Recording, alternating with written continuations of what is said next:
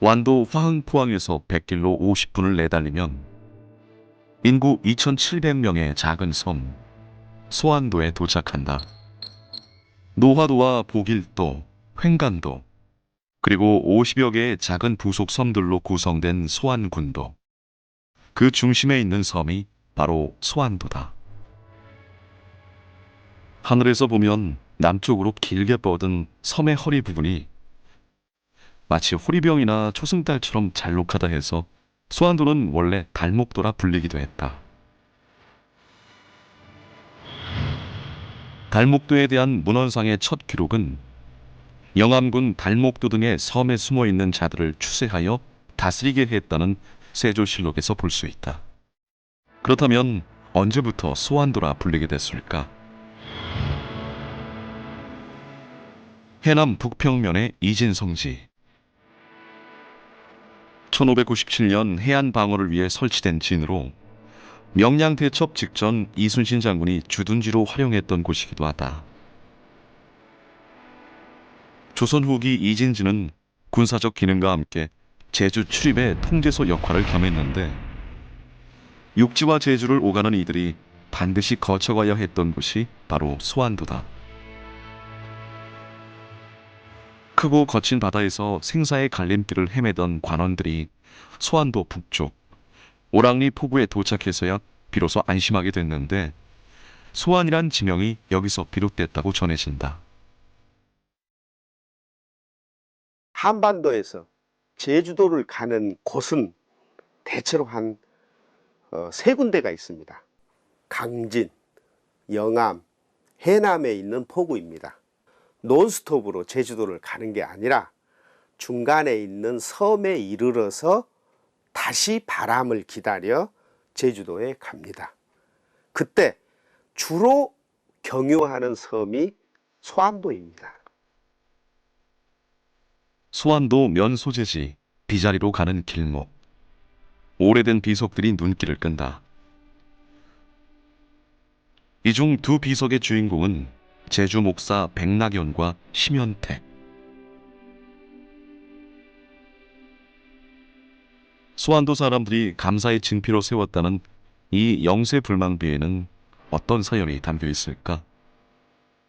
출장 관리, 그 다음에 유배객의 호송, 그 다음에 공물의 운송, 이런 공적인 임무를 띈 선박이 오고 가면서 소안도를 경유하면 소안도 사람들은 그들을 접대하는데 굉장한 부담과 고통을 지죠. 그때 제주 목사가 예산을 지원해 준다거나 아니면 부담을 경감시켜 준다거나 한다면 소안도 사람들은 그 공을 잊지 않고 제주 목사의 영세불망비를 세우는 거죠. 날씨가 맑은 날이면 멀리 한라산이 보인다는 소안도.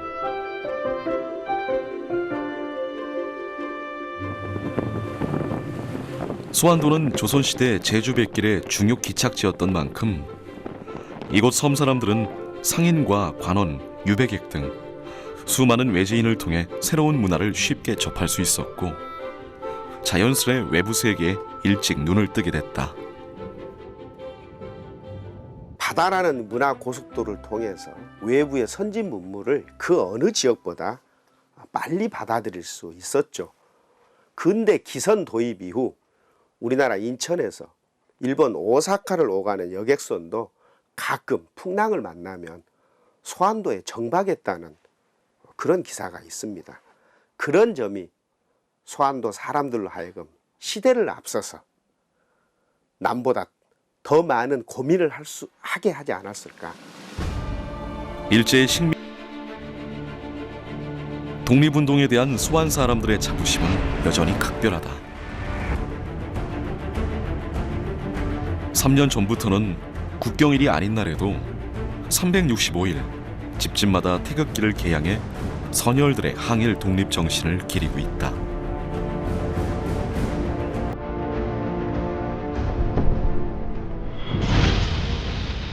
소안도 항일 해방 운동의 뿌리는 가보년 동학농민운동으로 거슬러 올라간다. 1894년 동학혁명이 일어나자 동학접주 나성대가 섬에 들어와 군사훈련을 시켰고, 이때 동학군에 합류한 소환도 출신 이준화, 이순보, 이강락 등은 훗날 소환 항일운동의 시발점이 된 1909년 당사도 등대 습격 사건의 주역이 된다. 해남의 의병들과 소환도 사람들이 합세해서 이 당사도에 몰래 상륙해서 그 등대를 지키고 있던 일본인 4명을 살해한 사건입니다.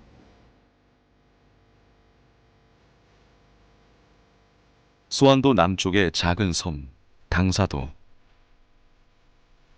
지금도 이 섬에는 1909년 1월 일제에 의해 처음 불을 밝힌 당사도 등대가 세워져 있다. 당시 러일 전쟁에서 승리하며 동아시아의 제해권을 장악한 일본은 주로 선박을 이용해 쌀과 같은 조선의 물자를 수탈했는데,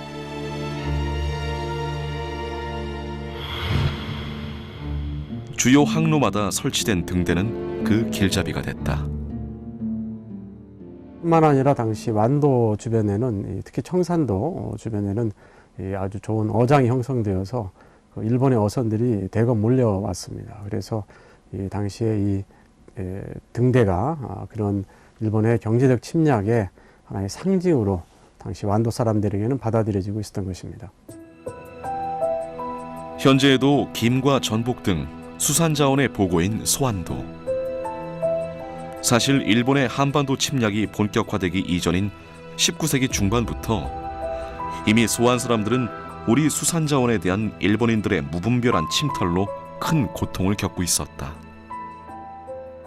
일본인들이 1850년 전부터 그 출가업인을 해가지고 소환도에 전복, 해삼, 미역, 우묵가사리를 불법 채취해 가는데, 우리 그 면민들이 1874년도에 일본인들이 그 불법 채취한 것을 못하게 싸워서 군대를 주둔시켜 주라 해가지고 별량리 설치를 했고,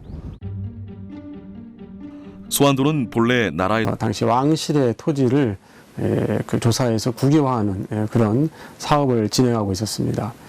그런데 왕실의 토지 가운데는 왕실이 소유권을 가지고 있는 토지도 있었지만, 당시 왕실이 소유권을 가지지 않고 다만 세금만을 거두는 그런 권리를 가지고 있는 토지들도 포함되어 있었습니다. 다시 말하면 그런 토지는 본래 민유지였다고 할 수 있죠. 소환도의 토지는 소유권은 민간에게 있었던 것입니다. 그런데 일제가 이것을 조사하면서 이기용이라는 자작에게 토지 소유권을 넘겨주었고, 소환도 도민들이 이에 반발해서 재판을 청구한 것입니다. 무려 13년 동안 이어진 토지 소유권 반환 소송은 결국 주민들의 승리로 끝났다. 이 사건은 소환도 항일 운동을 꽃피우는 데 있어 중요한 계기가 되는데, 주민들은 소송의 승리를 기념해 학교를 세우기로 뜻을 모은다. 우리가 못 배워서 잘 알지 못했기 때문에 일본한테 나라를 뺏겠다. 배움만이 항일하는 길이다. 그래서 각 호마다 돈을 고출을 해서 이 사립소환학교를, 학교 교실 6칸하고 교무실 1칸을 지어가지고 전체 면민 학생들이 이 배움터를 찾았습니다. 1923년에 세워진 사립소환학교. 인근 보길도와 노화도, 청산도는 물론 해남과 제주도에서까지 유학생들이 몰려올 정도로 성황을 이뤘다. 일찍부터 외부 세계와의 접촉이 잦았던 소환도 사람들은 교육열도 남달랐는데, 사립소환학교와 일반인을 대상으로 한 야학을 통해 문맹을 퇴치하고 항일 의식을 드높였다. 학생들과 주민들은 명심보감과 같은 고전은 물론 일본에 대항하는 내용이 담긴 임진록 등의 고전소설, 애국가, 옥중가 등 당시 금지된 노래들을 배우기도 했다. 이 소환 학교에 이제 그 아주 훌륭한 교사들을 초청을 해서 학생들을 가르치도록 했는데요. 이 교사들은 당시에 서울에 예를 들면 조선일보의 뭐 지방부장을 지낸 분이라든가 또 만주까지 가서 이제 교육에 종사하고 돌아오신 분이라든가 이런 굉장히 경험이 많은 그런 훌륭한 교사들이었습니다. 그리고 이들이 소환도에 와서 학생들에게 민족의식을, 항일 민족의식을 불어 넣어줬는데 심지어는 뭐 독립군가를 가르친다든가 혁명가를 가르친다든가 이렇게 했기 때문에 소환도 사립학교는 거의 그 항일 운동가를 양성하는 그런 학교였다고 볼 수 있습니다. 외딴섬 소환도에 항일 운동의 씨앗이 뿌리내릴 수 있었던 것은 사립 소환학교라는 텃밭이 있었기에 가능했다. 학교를 통해 항일 운동에 필요한 인재들을 길러냈고 주민들 역시 학교를 중심으로 하나가 됐다. 소환도 사람들은 일제가 세운 공립학교는 외면한 채 사립 소환학교로 모여들었다. 지난 2003년에 문을 연 소환 항일운동 기념관. 이곳에는 소환도 출신의 독립유공자와 애국지사들의 동판과 활동상이 자세히 소개되어 있는데 소환 항일운동을 이끈 대표적인 인물이 바로 해도 송내호 선생이다. 서울 유학 후 고향으로 돌아온 송내호는 3.1운동 당시 완도에서 독립만세운동을 주도했고 그 이후에는 소위 위친계, 살자회, 일심단 등 수많은 항일단체를 조직하며 왕성하게 활동했다. 10년대에 서울에서 활동하면서 여러 그 항일운동가들과 인적인 그런 관계를 가졌고 전국적으로 만들어진 신간회의 상무 간사를 맡을 정도로 서울에서도 그 대단히 비중이 큰 그런 인물이었다고 할 수 있고 따라서 소환도에서 송내호가 가지는 영향력은 아주 거의 절대적이었다라고 그렇게 볼 수 있습니다. 송내호 선생의 지도 아래 결성된 소환 노농연합대성회. 미신이나 구습을 타파하는 활동을 하며 세상의 주목을 받았는데 1924년 9월 일본 경찰의 입회를 거부했다는 이유로 간부 13명이 구속되는 이른바 소환 노농대성회 사건이 일어난다. 이 사건을 계기로 수많은 소환 사람들이 감옥을 마치 제 집 드나들 듯 했다고 전해진다. 그럼에도 불구하고 소환 사람들의 항일 정신은 쉽게 꺾이지 않았다. 그런 경우에 소환도의 그 주민들은 그 감옥에 간 사람들을 생각해서 겨울에도 방에 불을 떼지 않고 잤다고 합니다. 이것은 소환도 사람들의 그런 그 감옥에 간 사람들의 연대의식, 또 공동체의식 이런 것들을 보여준다고 할 수 있습니다. 송내호의 동생인 송기호 역시 광주 농업학교 재학 시절 3.1 만세운동 시위를 주도하며 항일운동에 매진했다. 이후에는 고향으로 내려가 형과 함께 학생들을 가르치고 노동운동에도 힘썼던 송기호. 하지만 여러 차례의 옥구로 인한 지병으로 인해 29살의 젊은 나이에 숨을 거뒀다.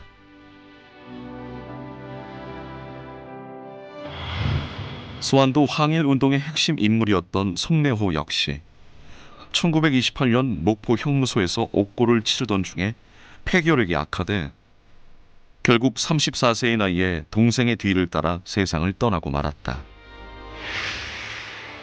고향 땅 소환도 비자리, 선영에 나란히 자리한 형제 무덤. 특히 송내호는 죽는 순간까지 피 끓는 유언을 남겼다.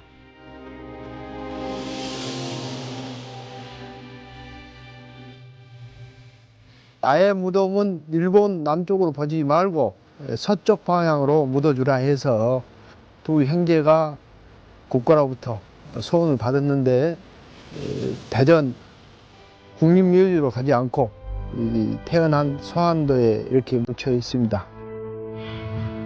1927년에는 일제에 의해 사립 소환학교가 강제 폐교 조치됐다. 일본 국경일을 거부하고 일장기를 걸지 않았던 소환학교. 각종 행사 때도 일본 경찰의 입회를 허락하지 않았는데 자긍심 높은 소환학교의 존재는 일본인들의 입장에선 늘 눈엣 가시였을 것이다. 당시 사립 소환학교의 폐교 문제는 신문의 주요 사회 이슈로 등장하며 널리 알려졌고 남해의 작은 섬 수완도는 항일의 본산으로 전 국민에게 각인됐다. 폐교 반대 운동, 복교 운동 뭐 이런 운동이 전국적으로 전개가 되었고 심지어 일본에 가 있던 그 완도 출신 사람들도 일본에서조차도 그런 운동을 전개했던 것입니다. 그래서 수완도의 그런 여러 가지 그 상황은 전국적으로 널리 알려지게 되었고 따라서 이제 다른 지역의 그 청년운동이나 노동운동을 하는 사람들에게도 큰 영향을 미쳤다라고 그렇게 볼 수 있습니다. 일제의 탄압이 거세지자 소환도의 인재들은 독립운동과 배움을 위해 섬을 떠나야 했다. 이들은 국내는 물론 일본, 중국 등지에서 왕성하게 활동하며 독립운동의 기치를 드높였다. 떠난다 떠나간다 나는 가노라 세월의 꽃덩물을 남겨두고서 삼초에 맺은 마음 깊고 깊건만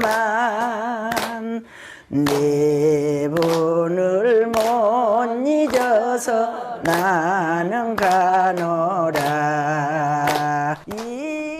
정든 고향을 떠나는 독립운동가들의 절절한 심정이 담긴 이별가. 물론 당시에는 마음껏 부를 수 없는 노래였다. 캄캄하고 그러니까 엄마 노래 한 절이 불러 그랬기 이제 그 옥중가를 불렀어요. 평안북도 마지막 그 신우주가 뭐가 그 노래를 부르고 이제 저만큼 간뒤 캄캄한 거물거물한 남자분들이 거기서 쓰여 금방 뭔 노래 불렀어. 앞으로 다시 이런 노래 부르면 잡아갈게 부르지 마시오. 그래서 안 할란다. 그래서 순경들 쩌만 가비고 있는데 큰일 날 뱀 봤다. 너가 노래 불려서 무식 중에 부른 노래가 큰일 날 뱀 봤다. 하지만 해방 이후 소환도의 독립운동은 사람들의 기억에서 잊혀졌다. 소환도 출신의 건국 훈장 추서자 20명 중 송레오를 제외한 이들은 모두 80년대 후반 이후에야 그 공을 인정받을 수 있었다. 그 이유는 해방 이후에 극심한 이념 대립에 있었다. 그런데 이제 해방 이후에 그들이 건준과 인민위원회가 완도에서 만들어질 때 그런 젊은 청년들이 거기에 참여한 사람들이 많았고 결국 그로 인해서 그들은 이제 당국의 그 체포령을 이제 받게 되었고 그래서 일부가 체포되어서 이제 사망한다든가 또 해방 그 한국 전쟁 당시에 역시 마찬가지로 이제 그 좌파 쪽에 참여했다가 결국은 이제 희생된 그런 경우들이 많았습니다. 그래서 그 이후에 소환도의 항일운동은 역사 속에 묻힐 수밖에 없었던 것입니다. 연자제의 굴레 속에서 오히려 독립운동가의 후손들은 숨을 죽이며 살아야 했고 극심한 생활고에 시달리기도 했다.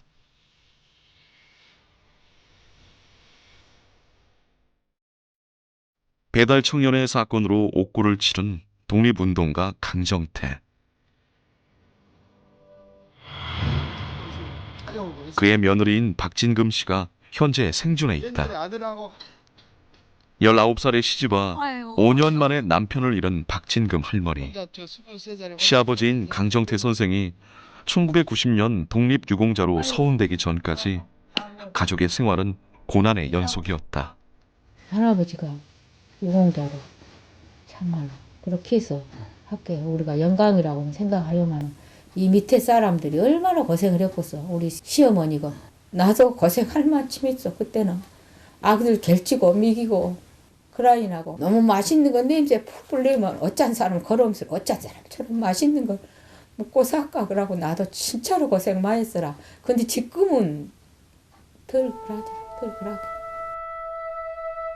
사립 소환학교의 기억 또한 한동안 금기시되었고 할아버지들의 교과서는 집안 깊숙한 곳에 숨겨졌다.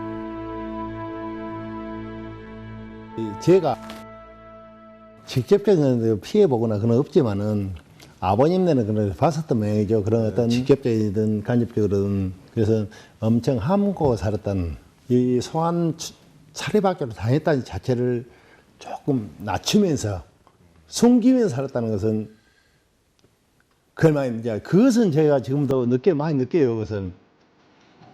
민주화 이후인 1990년 섬의 중심인 비자리에 세워진 항일운동 기념탑. 소환도 사람들이 선조들의 치열했던 독립운동을 기념하기 위해 십시일반 성금을 모아 만든 것이다. 기념탑의 검은 돌은 일제 탄압을, 하얀 돌은 백의 민족을 상징한다. 지난 2005년에는 소환 사람들이 그토록 갈망했던 소환학교도 복원됐다. 그 주위로 소환 항일운동 기념관과 기념탑도 함께 건립됐는데 소환도 주민들이 소환도의 역사에 얼마나 큰 애착과 자긍심을 가지고 있는지 알 수 있는 대목이다. 집집마다 내건 태극기가 365일 펄럭이는 소환도. 지금도 섬 사람들은 항일 정신이 담긴 옛 노래들을 기억하고 있다. 천지정지 물음섬 대름 남아야 마음속에 칼을 간지 매대 있던 거 우리 손에 뽐내는 문물칼을 동포들의 혈관을 새로 뜬다. 대붕새의 날개로 철안 만들고 낮밥으로 빌어서 요래를 삼아. 코올리게 시절에 배운 노래를 70년의 세월이 지난 지금도 생생하게 기억하고 있는 어머님들. 소환 사람들에게 독립과 해방이란 말이 얼마나 보편화되었는지를 어렵지 않게 짐작할 수 있다. 남해의 끝자락, 아주 작은 섬 소환도. 하지만 일제 치하의 암흑기에도 이곳에는 민족혼이 끊임없이 살아 꿈틀거렸다. 20명의 독립유공자를 포함해 독립운동가 89명을 배출한 소환도. 365일 태극기가 휘날리는 항일의 섬 소환도는 우리나라 독립운동 역사의 살아있는 현장이자 남도의 보물이다.